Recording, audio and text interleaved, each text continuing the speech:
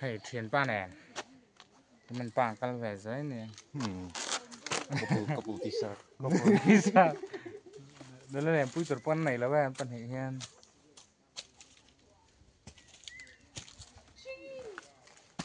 chơi bắt tàu luôn này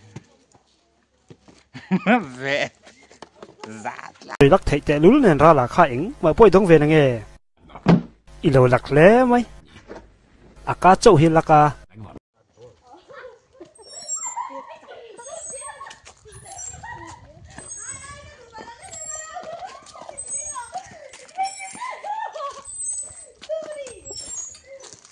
kan nula kalpui tan ni sao anh sẽ lâu đồ nữa này anh khá là đồ xe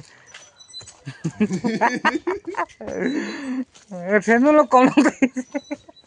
Và rất tiếc hả? hay tôi này nó tol sa don nè cả trắng tụi nó anh này hết tạ trắng tụi bao mà bà số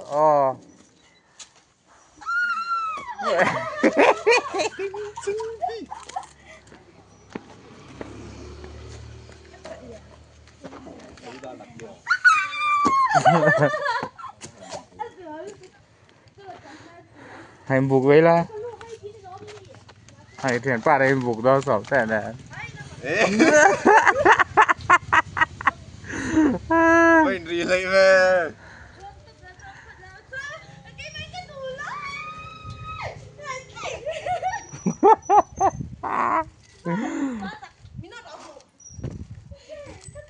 to cao cái gì mà lên là Yên là cần trốn đi. mà